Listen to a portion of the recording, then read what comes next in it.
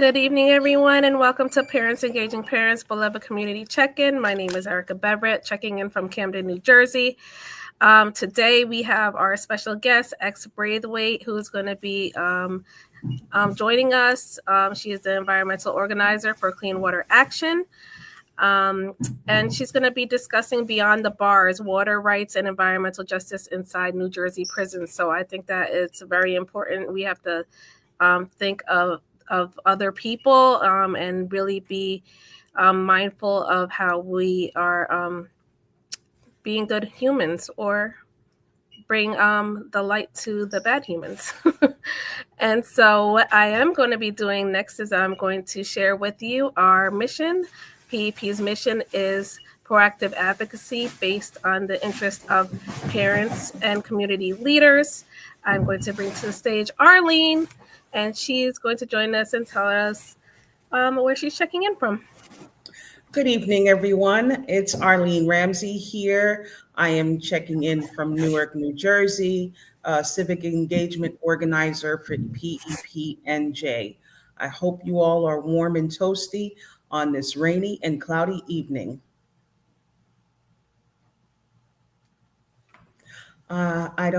I think you're on mute, Erica. You're on mute. I said, did you see me wrapped up just now? I was all wrapped up like in my sweater. Like, I just cannot get it together with this weather. This weather is like killing me. Usually by now it's just warm and sunny and we're ready to go. So nature said we wait on it. Sure did. So let's see if we have anybody checking in. Oh, I see Elise. Hey, Miss Elise. I see you on YouTube. Good evening. You're waiting. Oh, thank you for waiting. We appreciate you. Hey, Elise. All right. So we do have a couple of events that are coming up. So we're definitely going to share those. Our first item that we have to share right now is our Voices United barbecue and community fun in the park. It's going to be at Weekway Park on June 21st from 12 to 6. We're going to be having lots of fun, lots of music, dancing, food, raffles. We're having our pre-registration for backpacks and school supplies. And also, I think we're having a nice big one of those bouncy slides. I know the kids love that. Of course, this event is sponsored by Ports for People and Pacific Environment, Friends of the Earth, and we have so many other partners. Clean Water Action, you're there as well. Excited to have you all to engage us. We're going to be engaging in some community sessions as well because we have fun, but yeah, we're also going to be doing some learning and some engaging as well. So definitely scan the QR code. We will definitely drop in the chat, or actually in the comments, we're going to drop the link, and so that you could register for that. Absolutely. Okay. Summer camp, even though it doesn't feel like summer, it's going to be here soon. I'm just going to still hold on to my blankie, but we do have a Inspire Sports Camp. Our partnership with Inspire Sports Camp, we are sending a good 90 kids, and there might be some room that opens up. So definitely register for that. It's only $50 to register for term 3 or term 4. We'll be leaving out of Newark on July the 6th. That's a Friday, and it is until July the 11th. Or you can do term 4, which is on Sunday, July the 13th through Friday, July the 18th. And they're going to be over in Lebanon, PA. It's a sleepaway camp, and it's going to be loads of fun. So definitely register for that if you can. We do also have another great partner as well, POP, People Over Politics, who is sponsoring their bus out of Orange, New Jersey. So definitely head on over register and see if your kiddos are able to attend. It's going to be a nice getaway for them. They get fresh air, which is one of the things that we're definitely advocating for. And this is their opportunity to experience that. And let me add on in regards to People Over Politics. For those of you who don't know, that is Weldon Montague. He is very well known. You can reach out to him if you would like him to sponsor a child, one of your children or a child that you know for summer camp. For sure. Okay. Okay, Arlene, you can take it away with this one. Yes. All right, guys. As you know, we are still campaigning for the Clean Ports for Newark's Future, where we're working on boosting green jobs, improving public health, and also putting a halt to fossil fuel expansion. We're still asking residents in the city of Newark, preferably the South Ward and the East Ward of Newark, also all of Newark, if you could please scan the QR code. Everything that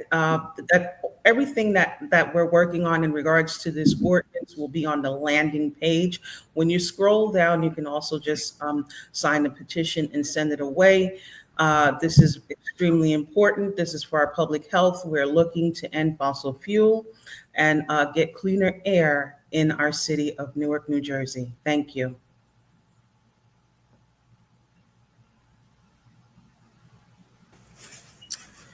Thank you. And next we have to announce the EJ Ambassadors program. Arlene. Yes, guys. Also, due to the fact that we're still campaigning for the Clean Ports for Newark's Future, we are looking for EJ ambassadors to join on to help us canvass this wonderful ordinance that will also contribute to your well-being. If so, just scan the QR code and sign up to be an EJ ambassador. Do know that there will be a stipend for a selected few who joins us in this wonderful mission. Thank you. Thank you. Okay, so without further ado, we're going to bring X to the stage.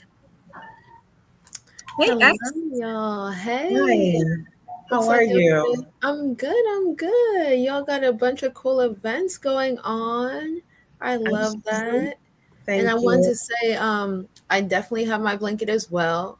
And the heat, the cool air, the turning off the AC, that's been happening all day. I thought April showers bring May flowers, and that was my mantra. Not. Now it doesn't, unfortunately. But I hope you guys are well. Thank you. Yeah. How are you? I am good. Very excited to. Yes, climate change. Yes, climate change is a thing. Definitely affecting New Jersey a lot. Yeah, because we're right up the coast. We have industry over here, but that's why we do the good work of EJ to inform and fight back. Absolutely. Very excited. That's for sure. So I know that you are working. So we're definitely excited for this topic. Yeah, climate change is wild. We don't want it. Absolutely. Boo. Yeah. I'm definitely looking forward to this turnover in the weather. Yeah. Hopefully it breaks soon. We got those 2 good days. Let's make it 4. Let's make it 6. Either that, or we're gonna have to just move to wherever it is. Hey, right? Florida, California, Houston. Seeing where it's warm, I'm going there. I'm migrating. Right. Okay. So I'm super excited to be presenting again for y'all. Thank you guys so much for inviting me a couple weeks ago to talk about the tea on toxic beauty. But as an EJ organizer, we are all over the place. We're engaging different groups, different topics, etc. So I'm really excited to share another campaign I've been doing and working on, basically addressing the disproportionate rates of water issues in incarceration facilities. So that has been a big issue that's been consistently going on, not only within New Jersey, but within the US, really. And me and my community partner, who works for a criminal justice organization, we're just trying to raise awareness and make sure, our folks in Jersey are taken care of and not forgotten. Mm-hmm. Yeah. Yeah, that's for sure. No, we appreciate that work because, like I said earlier, we really have to be good humans. It doesn't matter, what what it is that people have done, but there's still humanity. You know what I mean? We have to think. Exactly. Right. Exactly. We should not devoid people of their dignity and their humanity. Mm-hmm. Right. So they're in there to serve a time. Let's make sure we uphold their dignity while doing so, because then if not, we would be compromising our integrity. Mm-hmm. Yeah. Yeah. Yeah, for sure. Water, the right to clean air, these are basic rights, and people talk about being stewards of the earth a lot, but really when we get into who's affected, it's like being stewards of each other. Like, let's lift up those who are most vulnerable, because they deserve rights. They deserve, a chance at life too, and quality of life at that. So, Absolutely. yeah. And, I mean, that's one of the purposes for us being here, right? Oftentimes we think that we're just here to procreate, but when we look at what's needed to keep the world running and smoothly and balanced for everyone, it require for us to step in and be good, or let's say decent human beings to others as well, where we can. Yeah. Yeah, that's Yeah. the only way we can really survive, just lifting each other up, especially in these times when what clean water is scarce, weather is changing fast, etc. It really is about what we do here and now for each other. So definitely agree. Absolutely. Yeah. Absolutely. Yeah. So So if you what guys would like. Mhm. Yeah, I wanted to ask before you get, I know you're getting started, but what exactly gave you the charge to, let's say, focus on those who are incarcerated? Yeah, so the campaign began in its formal stage last August. We're coming up on a year, which is super exciting. We plan on doing a lot of stuff for that. But I say we because last April, I had a research student from Keene University reach out to me. She's now a graduate assistant at Keene, but she reached out because her undergrad capstone project focused on heat issues, water quality issues within New Jersey state prisons. And she's on the academic side of things. And she was really looking for a community partner that's engaged in environmental justice, already knows a little bit about the system, about the landscape, to really put our specialties together and try to advocate for change.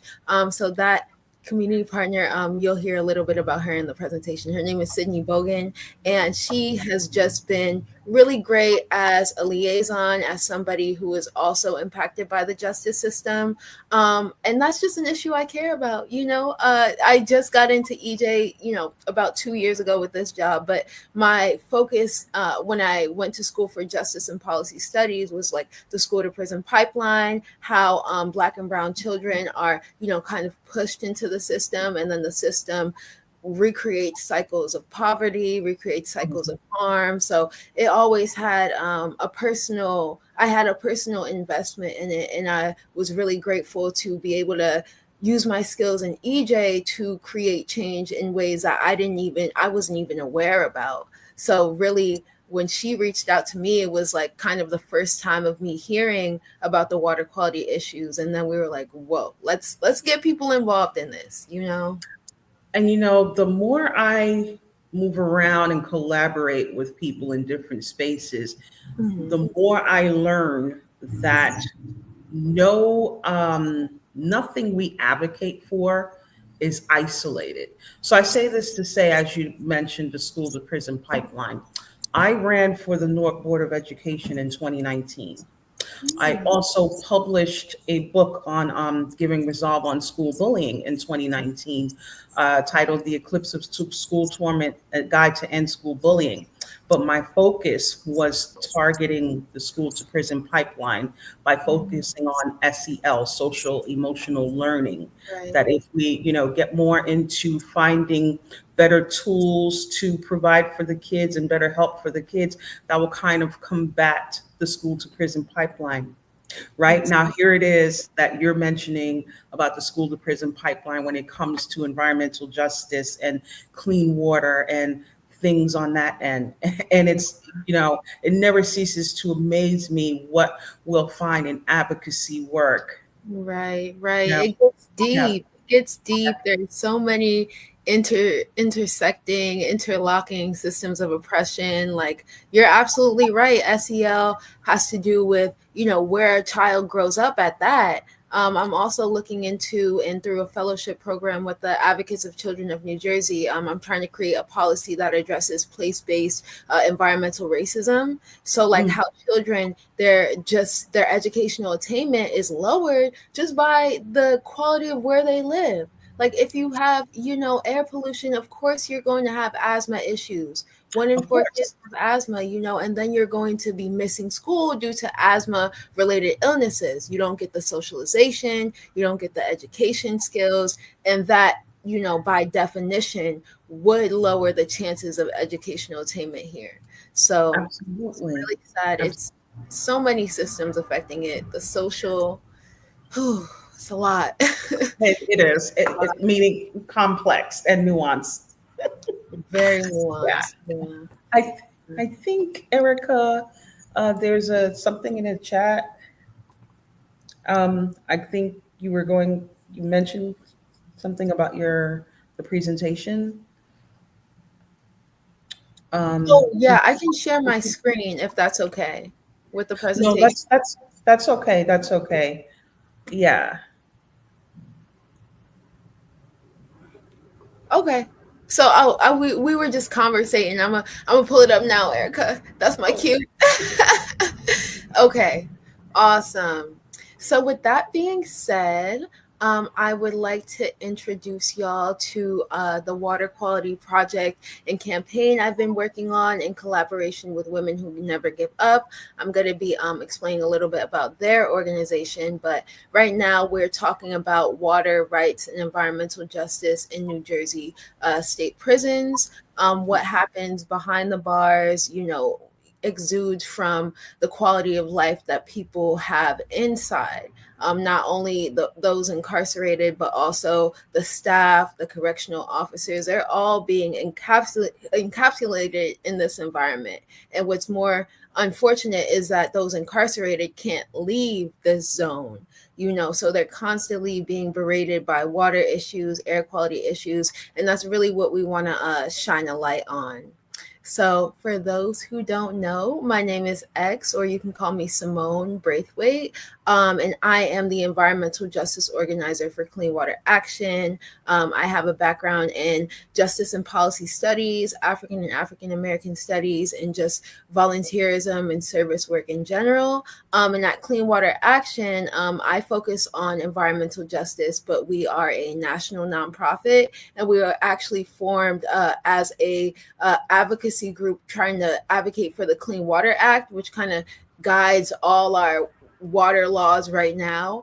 And we do that through organizing, advocacy, and policy reform. And we really just want to fight for clean air, safe water, etc., and challenge those who are making it difficult for communities to literally live, thrive, and breathe.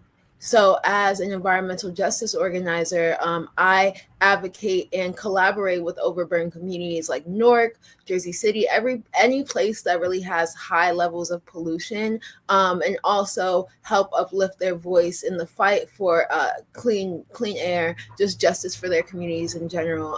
And I'm personally affected because I am born and raised in Newark. I started organizing as a student in the Newark public school system and really carried that idea that justice is something that everybody deserves, like throughout. So I still live in Newark now. I live in the Ironbound section, which is one of the most polluted. We have about 4 power plants, I think, in a sewage facility. So it's something that I work for professional reasons, but obviously the personal is political is personal, and I do it because I love my community and communities like mine, and we deserve to thrive.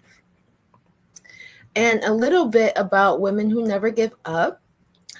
This is the group that reached out to me actually from the environmental justice standpoint. Women Who Never Give Up is a grassroots organization that was formed by Gail Muhammad. She has personal experiences of incarceration issues with her family, with her loved one, etc. And she's driven by the passion just for change in the New Jersey State Prison sector. It's not just water quality for them. This is kind of a newer and an arm that's being exposed now, but she's been doing really deep work since 2005 in the criminal justice system. And then we have my lovely research partner, Sydney Bogan, who is, like I said, a graduate assistant at Keene and an organizer for Women Who Never Give Up. So she's been doing the academic research, the helping with partnering and collaboration with other groups to really get this campaign off the ground. And when I say this campaign, I don't think I mentioned it before, but our campaign is called Safe Water, Safe Lives. We do have some links at the bottom of the presentation about it. But yes, Safe Water, Safe Lives, addressing water quality in New Jersey state prisons.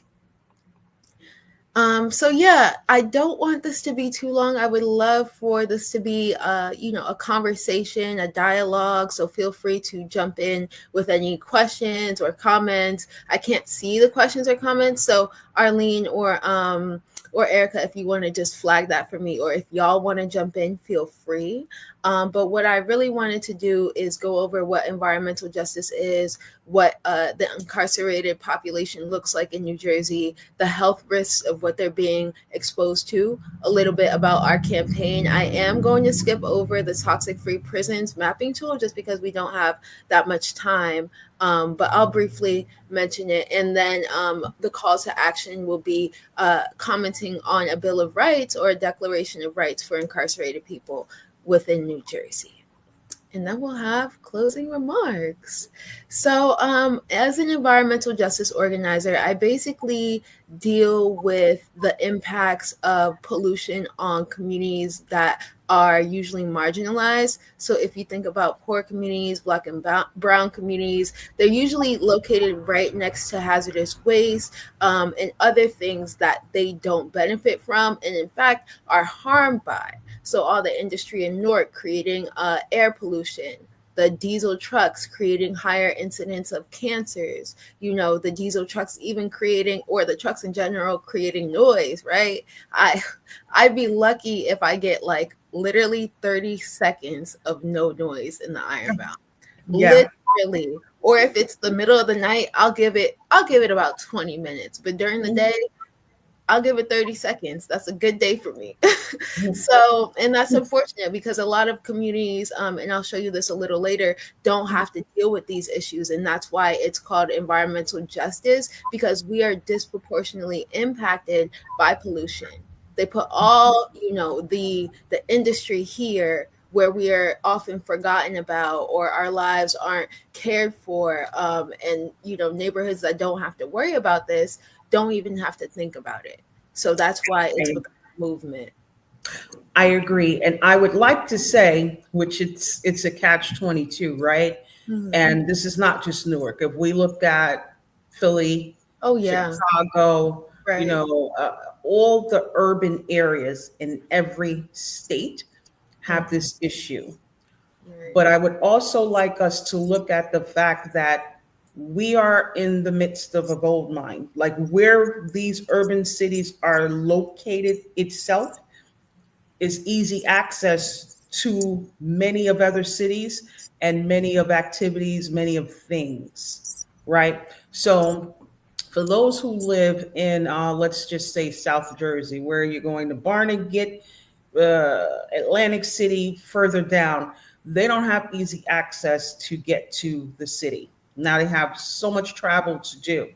Yeah. So I understand why this is going on in the urban area, but I don't give those who are in charge an excuse Yeah. because they understand that this is just is not healthy for our environment. And being that this, like I said again, these locations are the crux to so many things. The airport is 10 minutes away. Yeah. There's so many things, so much to list, right? So we don't have to list it. Um, the not having the consideration for the people that live in these areas because we are minorities, so they say, or black and brown people, is definitely something that we should look into because had these locations, these environmental justice issues, you located down in South Jersey, they would protest and they would make sure, right, Mhm. that this was taken care of. Whether the station stays there or not, Right. they would definitely do something about it to make sure that it is not harmful to the Yeah. communities out in those areas. And so it's important to recognize that as well because we have easy access to so much. However, we should not have to suffer for it. Have some consideration for the people who live here, right? Yeah, exactly. Yeah, and that's why, the New Jersey, I put this definition from the NJDEP. The point is that all residents, honestly, of any state have the right to live, work and recreate in a clean environment. And when all Absolutely. this industry, is located next to us, that hasn't even been thought of putting other places. We have one of the largest sewer systems right here in the Ironbound that takes sewage from 13 counties within New Jersey, that takes sewage from New York and Pennsylvania. Like there's no buffer between our communities and the industries that the the state and tri-state area depends on, and that's not fair, and that's not something that would happen. You're right, if we were located in higher income communities or communities that have I guess different demographics that aren't primarily minorities. So yeah, and so the DEP found, and this is what I'm going to talk about a little. Next slide. That historically, low income communities have had a disproportionately high number of environmental and public health stressors, and that increases the health risks in these communities. So, because of that, New Jersey has chosen to pursue one of the actually strongest environmental laws in the country to prevent and correct this in the future. And that is the environmental justice law.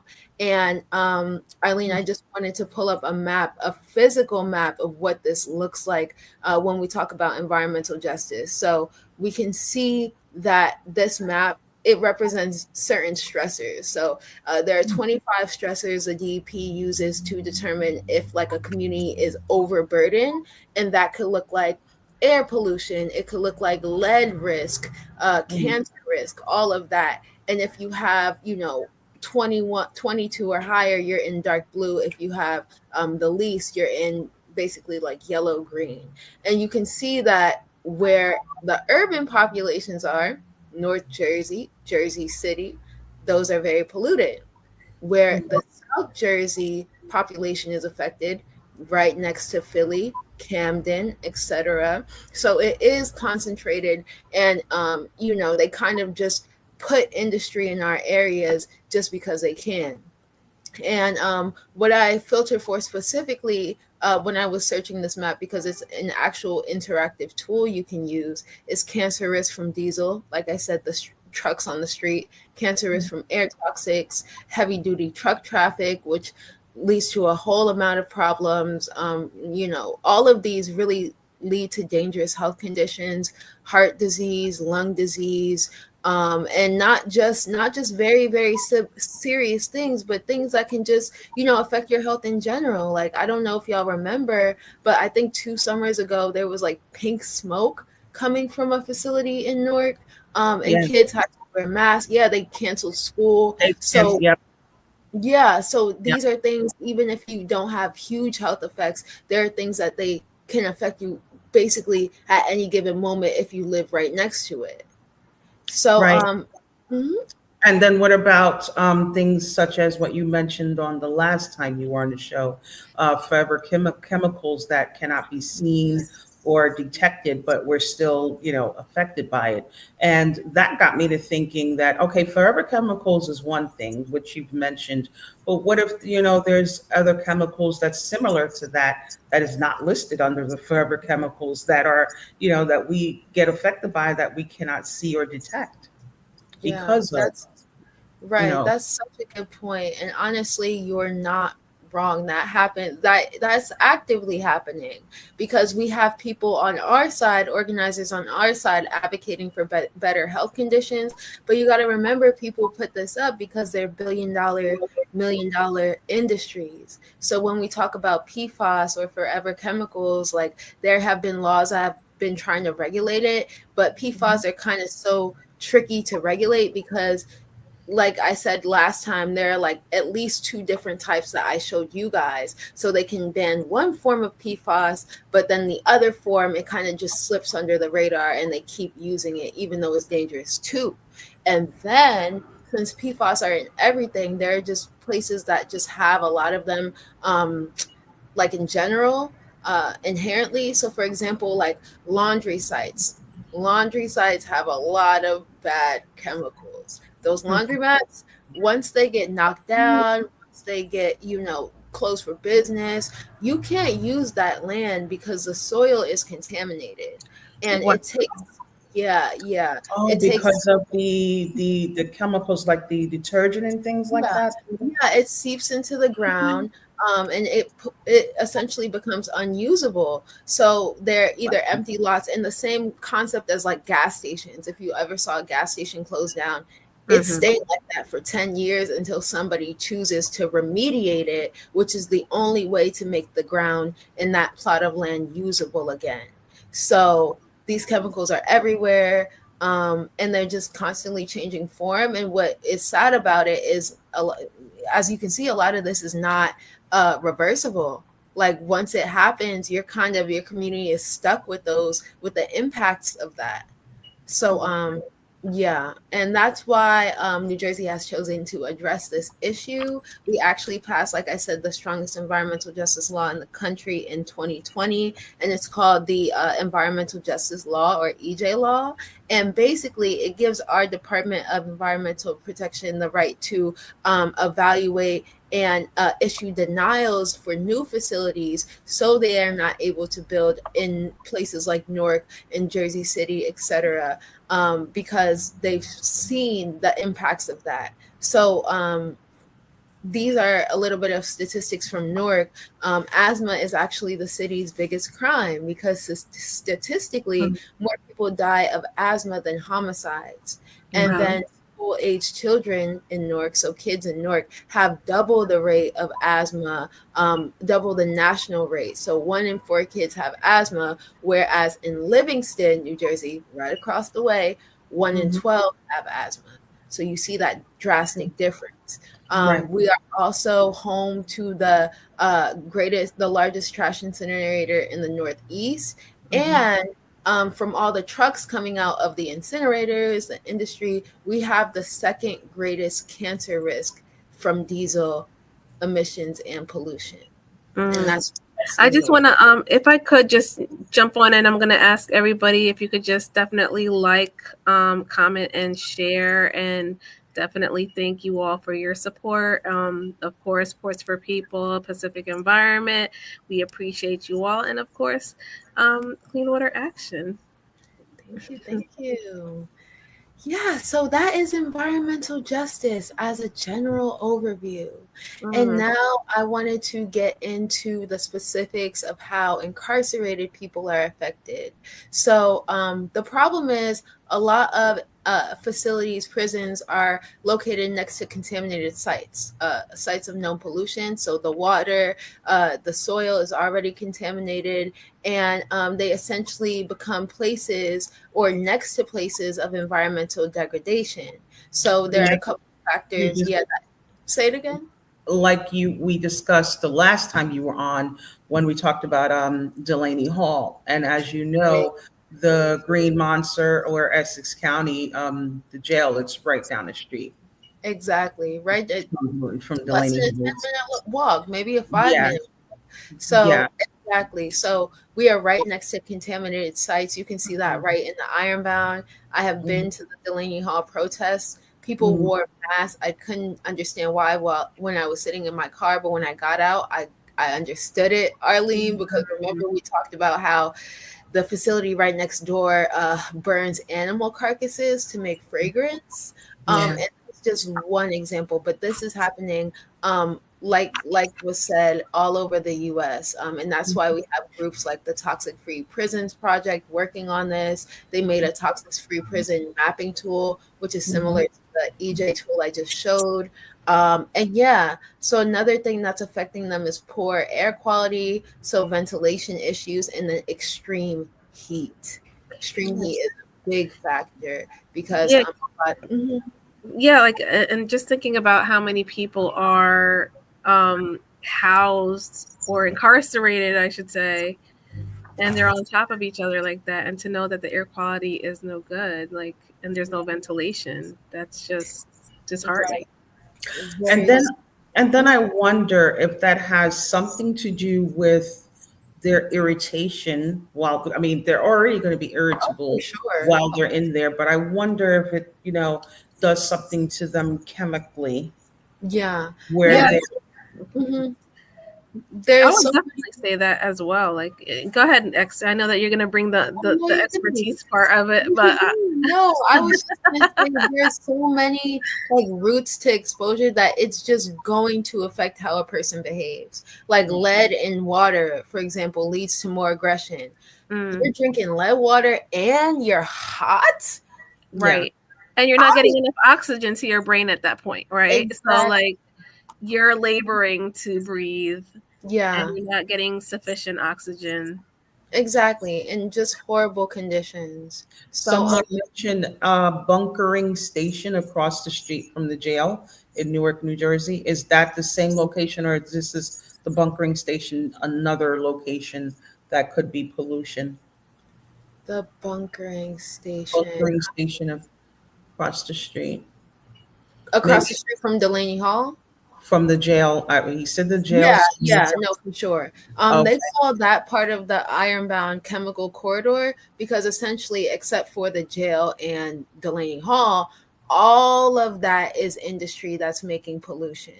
So got it. that's literally just lined with chemicals and trucks that are creating this. So yeah, yeah, very good point. I wanted to ask y'all folks, how many contaminated sites, so we just talked about the impacts of it, but how many contaminated sites do you think that are in New Jersey, are in the state? In That's New Jersey, fair. that's a good question. Hmm.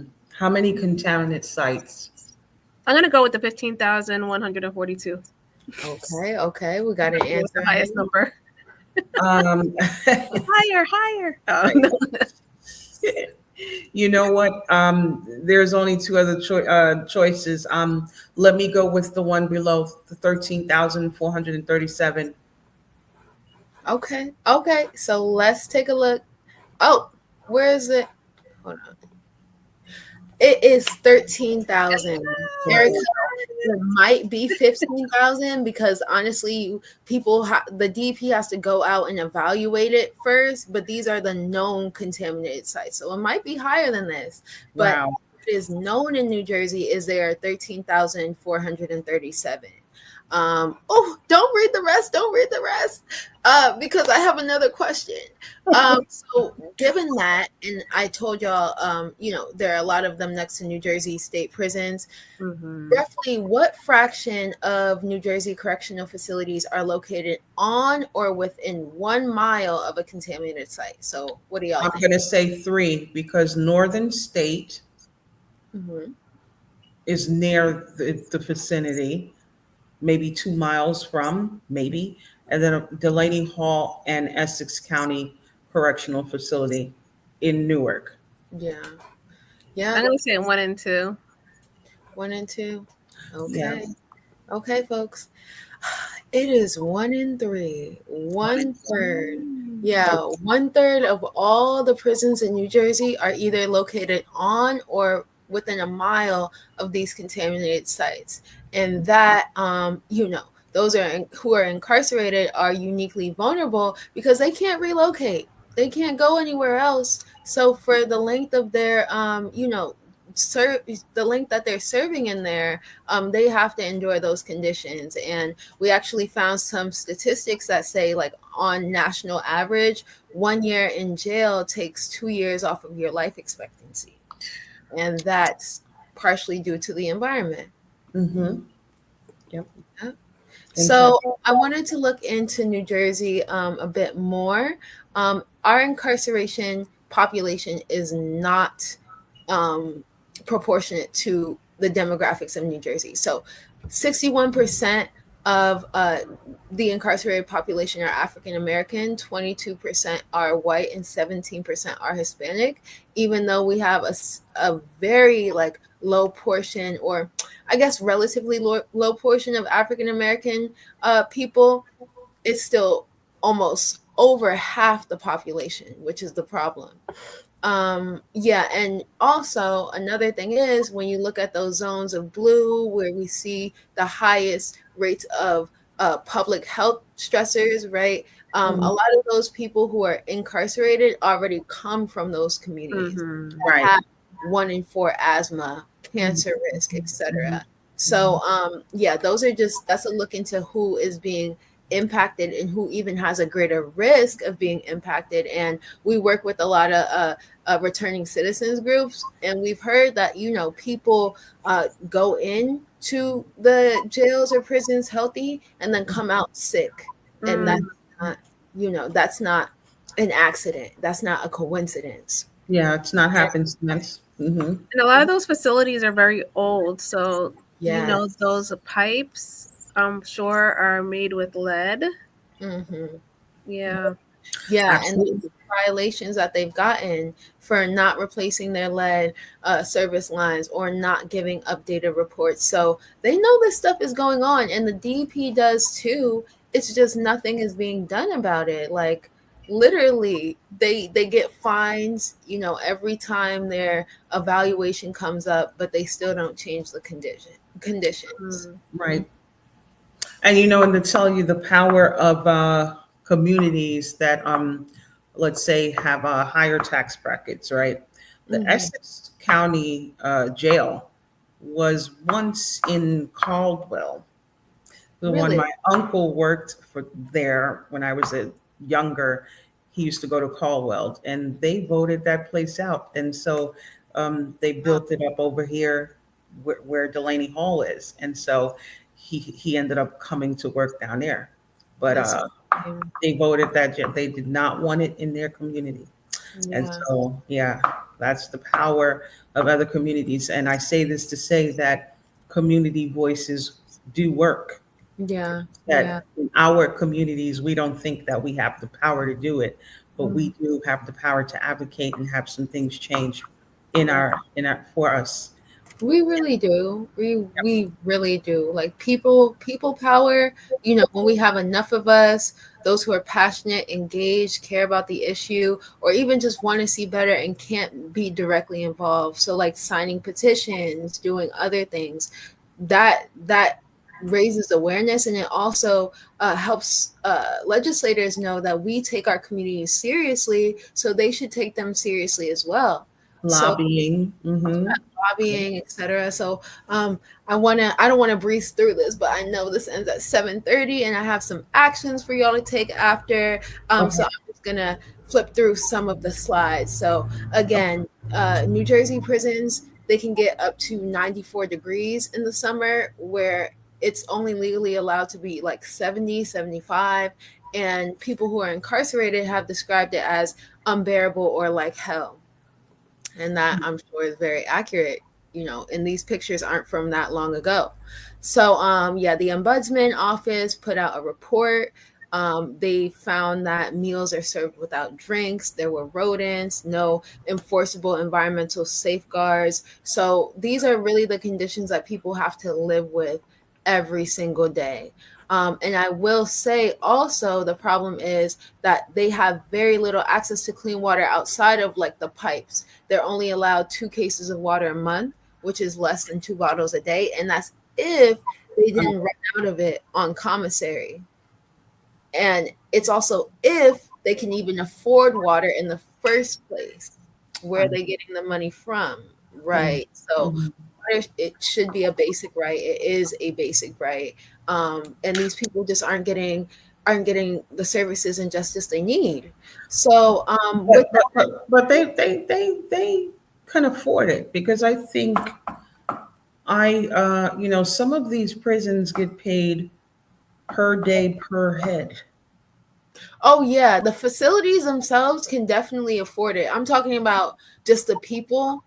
I don't Okay. like I can't tell you why they would ever run out of cases of water or even limit it or make those incarcerated pay for it. It's just it all doesn't make sense to me, but the criminal justice system in so many ways doesn't make sense to me. So Um, Lavette Howard did say it causes a chemical imbalance in the brain. That's yes. what I was trying to say when I Yeah. asked. Okay, yeah, Yes. interesting. Yes. Crazy. Yeah. Okay. Yeah, so what is supposed to be actually like setting limits on certain bacterias and stuff in the water is the Safe Drinking Water Act, and it basically sets water quality standards, requires that water systems test and monitor their water. A lot of these jails are on public water systems, so they should be doing it anyway, but they don't. And there should be like enforcement mechanisms like fines or corrective actions, but usually, and what we've seen are just the fines and no actions behind fixing the issue. Mm. So this is an example of a report on water quality conditions. They found E. coli in the water, high levels of PFAS in the water, and just a lot of violations for not submitting the confidence reports that they need to the public. So they've even found like known carcinogens in the water as well. Now, see, when we discussed water the last time you were here, it baffles me because who's testing the water? Like I said again, I worked for a short while in West Milford, New Jersey, Mm. for a water testing company. It's black owned, and he employed a few of us. And we would go out there and test their water. Each of us, so it was three of us that had our own sites. So we had about 5 or 6 sites a day. And this is every day, 5 days a week, where you had to test each location. And a location is responsible for, let's say, a demographic of the place, of the city.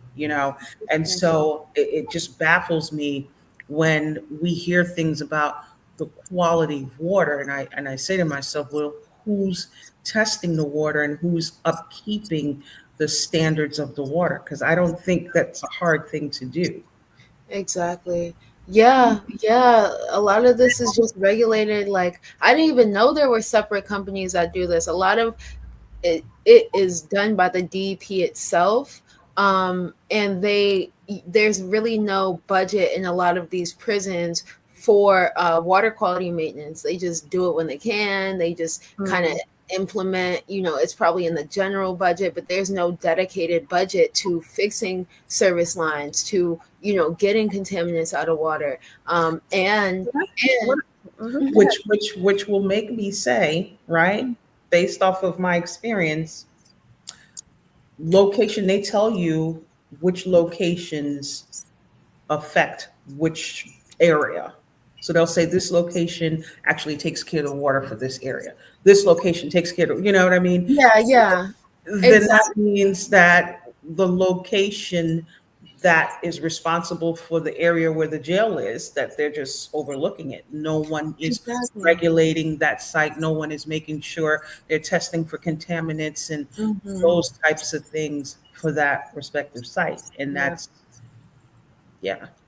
Yeah, and that's so right, and that's what's so like backwards about it, because three of the active like prisons are on community water systems. They have to regulate it anyway. They're And in townships, but the way the water gets to them, the lines being not replaced, the buildings being old, like you said, Mhm. Erica, those are all factors that just don't get addressed, even if they're on public systems. Which is why, it's a double injustice, because you're doing this for everybody else, but then this facility, like, you just don't care, basically, because we're seeing these violations go back, even from like the 90s, literally. right. So very disheartening. But yeah, long-term exposure and health risks. Wait, One. let me just say one thing. Someone says in this country, incarceration functions as a form of modern day slavery, with the 13th Amendment allowing it by providing little to no legal protections for those imprisoned. And Yeah, that's coming from Mr. Frazier. yeah, Okay. Yeah. Yeah. Yes. you are absolutely right. Yeah. Yeah, and it's sad because a lot of this stuff is just based on that. It's based on the 13th Amendment, and that these people are assumed to have no rights. And, that's why we got to lock arms with our criminal justice folk, our EJ folk, our public health folk, because, it's not fair, and it's not what's productive to society. Like, a lot of this stuff just brings more issues than fixes anything. Mhm. And So, then, and another thing I wanted to bring up, since we're, Black and brown people are highly incarcerated, remember, I can't remember the year, right? But remember, we are listed as three-fifths of a clause. mhm. And I question, has that been updated in Yeah. Congress? You know what I mean? Because if it's not updated to where it needs to be, then that will also explain why there's certain treatment and certain things that is happening in areas where we predominantly reside. Mm. Mhm. If No, it's we're, by design. It's by yeah, design. That's three-fifths it. of a clause. Yeah. No, no. These injustices and these practices that our government has is just by design. They want us to have cancer. They want us to suffer. They want us to be sick. They want us to be uncomfortable. It's by design, and there's no other way to put it. Yeah, yeah. Yeah, and that can be like a really depressing like fact about our society right now, But people are doing good things in terms of getting it changed, We've seen a lot of good things come out of like California, Minnesota, Minneapolis about like addressing water quality issues, and we even have an Environmental Health in Prisons Act like introduced by Congress last year. Right. So we are working on it, but it's just so many years and years of like harm that has to be addressed, and those who already went through it, and those are who are facing the impacts now, and those who are already incarcerated. So it's just so many layers. And then also those that are, descendants of, we have to think Exactly. about it in terms of that as well. Like it becomes embedded in our DNA, the sicknesses that are just passed on from generation to generation. So, yeah, Yeah. our country has a lot of work to do. Yeah, no, that's a Yes. great point. That's a great point. A lot of this just changes like your It lineage. rewires. Yes, Yeah. So, absolutely. yeah, an example of long-term exposure would be in Garden State Correctional Facility.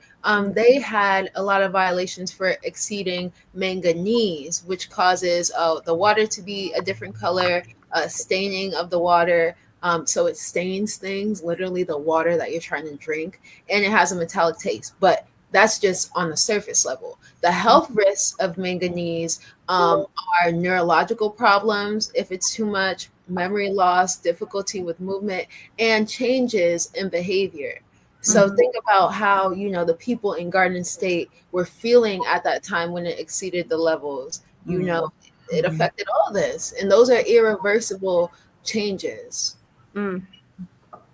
So, with that, my friends, I would like to close on a more hopeful note, a more community focused note, because we wanted to leave with this quote: prisons often fall outside the scope of more recent federal environmental justice frameworks, and that leaves incarcerated individuals uniquely vulnerable. So they often fall outside our scope of justice. They're often forgotten about, not cared about. But what we really want to do, and follow in the footsteps of other carceral justice groups, is bring awareness and bring justice to this demographic. So we've been engaging, Sydney and I have been engaging with PAR, or what is called participatory action research, where we basically combine the data that we find and then the stories that we hear from folks to kind of shape policy and shape how we want to see New Jersey address these issues.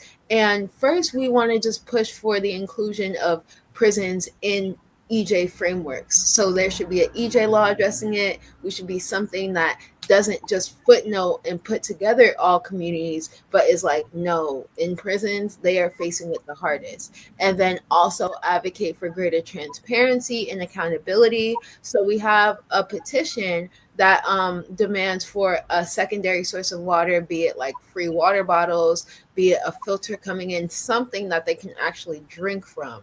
Also, like an assessment of the prison water systems, a dedicated budget for maintenance. Like we said, they do not have that. And advocating for a free annual health screenings and checkups as a form of preventative health measures. So we wanted to talk a little bit about the importance of storytelling.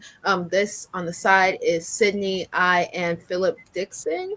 Philip Dixon was a person who was incarcerated at Trenton State Prison for over 37 years. And that's Trenton State in the background because we did an NJ.com article on it. So that article just got published, I think, early May, and y'all can look it up if you'd like. We are not necessarily sharing it ourselves because there is some language issues, so we just don't prefer to like put out that version. But if y'all want to look it up, you can. It's just called NJ Incarceration Facilities Water Quality. You can probably look up. But these are comments that we've gotten from people that we feel like is important to uplift. So a grandmother, right? She says her grandson is incarcerated at the youth facility and she buys water bottles, but he still feels sick and he still vomits, etc. Her son has been dealing with the issues for over 3 years. Like sometimes the water isn't even working on the inside, so they have to get bathroom outside. Like those are not livable conditions. So what we really want to uplift is people telling their own stories, humanizing people and their experiences over data and reports, because data and reports don't tell you how they live on a daily basis. And also just providing a space where it's important to tell these stories, because a lot of people don't even have a space to talk about how, the water quality affected them. We had a webinar, one of our first ones, where there was a manganese outbreak or like a water quality outbreak, and the what they did was put out a boil notice. You have to boil the water, but there was nothing to boil the water. So people like had to microwave the water if they were lucky enough to work in the kitchen, right? So we see water boil notice, but what does that look like to people who are experiencing it? Right. As well as the people that are working there. Let's not forget the correction officers that are there and all the administrative. Exactly. The staff too, everybody. Yes. So so we've been trying to engage the community so far. We are focusing on places that have like connections and already like positive rapport with criminal justice and justice system. We partnered with Council President Waterman from Jersey City to have a screening of What These Walls Won't Hold, basically about the conditions inside California state prisons during COVID, because we couldn't find any films or documentaries like closer to us or in New Jersey. Like we said, featured on NJ.com. We've been in conversations with organizations like the New Jersey Let Free program, ACLU in New Jersey, Returning Citizens Group, Toxic Free Prisons, and even the DOC or Governor's Office to try to address this. But it's just, me and Sydney at the helm on this thing, and we need y'all's help, please. Yes. So Yeah. tell the community how they Yeah. can chip in and help. Yes. So what we want to basically do is build a road to the Environmental Health in Prisons Act, and that's giving a voice to giving people a voice in this as much as possible, telling people that this is an issue, telling legislators this is an issue we care about and that we want to address it. And we're doing that through a couple ways. We are recreating a Declaration of Rights for incarcerated people. It has been adopted from Congresswoman Presley's team, who basically said a lot won't happen on the federal level right now, and states should lead by example, essentially. So we adopted that. We added the information we found from Jersey. And with that, we wanted to go ahead and create a Declaration of Rights that people can comment on. So you can click, or you can, I actually sent y'all a couple links. If y'all can put those in the chat, please, through email. But these are some QR codes you can scan. You can take a screenshot of this page, etc. We have a petition going on for everything we told you about the campaign goals. This is our main landing page where you can read blog posts about what we found. And this is what we'd like people to really comment on, look through. And there's even like a Google form that you can submit your comments through. The New Jersey. Al-Therese asked, who is Congresswoman Presley? Yeah, Congresswoman Presley is a congresswoman out of Massachusetts. She is a Democratic congresswoman, and she works on prison justice issues, very involved in social justice. So it was her and Senator Markey. I don't know where he's from, but also Cory Booker signed on to the bill as well. So it was kind of a collaborative effort, but she kind of led the charge on that. And we love giving credit to Black women. So yeah, these are the different types of actions you can take. There is my email and Sydney's email at the top. Feel free to reach out to us if you want to stay connected and involved. And with that, I will stop yapping my mouth. It was so nice to talk to y'all. No, this is great. It's another wonderful, excellent initiative that I'm definitely going to support you and your partners on once again. And thank you. Yeah. Thank you so much. Yeah, we need, we need parents in this fight. We just need so many, voices that have different perspectives on this. You don't have to be directly involved to care about the issue. And because like you said, like it's a human right to have, not have air quality problems, not have heat problems, 94 degrees and you're inside and then on top of the water. So I suggest if you guys have some time reading the Environmental Health in Prisons Act, it's really good. And in that they have a Declaration of Rights. So that's where we started before we went to a whole act. We want to see if we can pass that declaration in different municipalities. So presenting to Newark City Council, presenting to Jersey City City Council. And when that does happen, we would love to call on volunteers to just like give comments on the resolutions as well. So that is coming up. Yes. Well, thank you, X. Definitely. Let us know when, and we will make it our business to support you in everything that you're doing. We love you over here at PEP. Love y'all. Love y'all. But yeah, feel free. These are my two main campaigns right now: Safe Water, Safe Lives. we're definitely trying to go to Jersey City first because we have a lot of connections there. So this presentation I did last week in collaboration with Councilman Gilmore from Ward F. But we are trying to really bring it to Newark, Camden, the cities that are affected the most, so. Yes. Did you send the link to our email in regards to this? Yeah, Yes, everything is there. Yeah. Okay. yeah, but do you want me to put it in the chat? Because I have the email pulled up. It's actually, we have it here in the comments. So it's Okay. really It out is in the there comments? on YouTube. It's out Okay. there on LinkedIn. So we Awesome. definitely have access there. Yay. Okay. Well, that is all the information I have for y'all tonight. I hope it wasn't too long-winded. No. But Oh, yeah, this is fantastic. Because so many times we forget that there are people.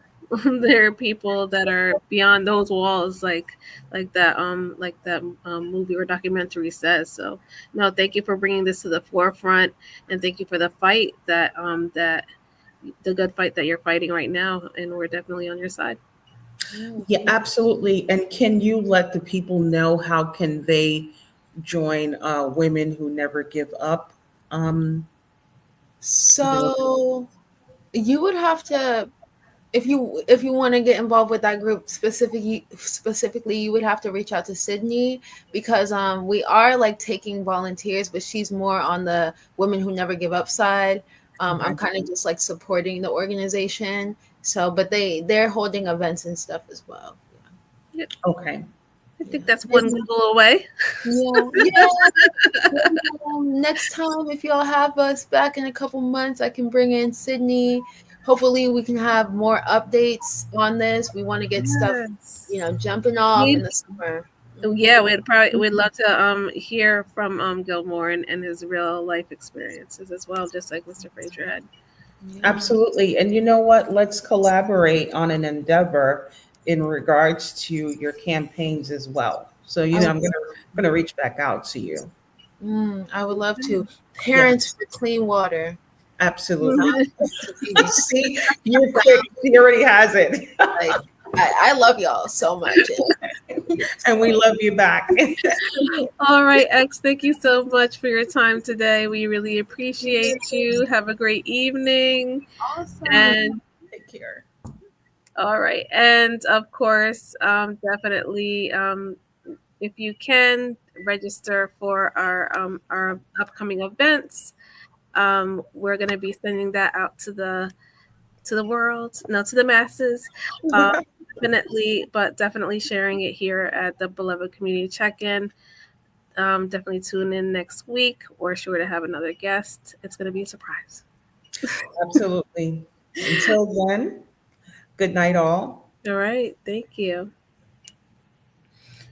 And of course, once again, thank you for your support, Pacific Environment and Ports for People.